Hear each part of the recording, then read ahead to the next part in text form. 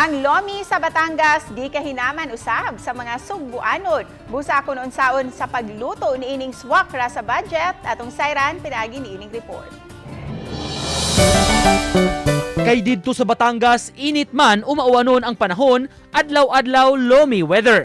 Atong sayran giunsa nila pagluto ang special lomi nga paboritong comfort food sa mga Batanggenyo.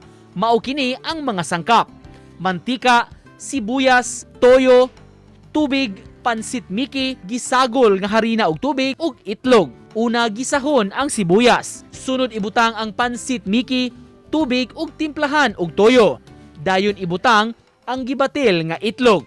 Kung mubukal na, maupay pagbutang og harina nga gitunaw sa tubig aron mulapot.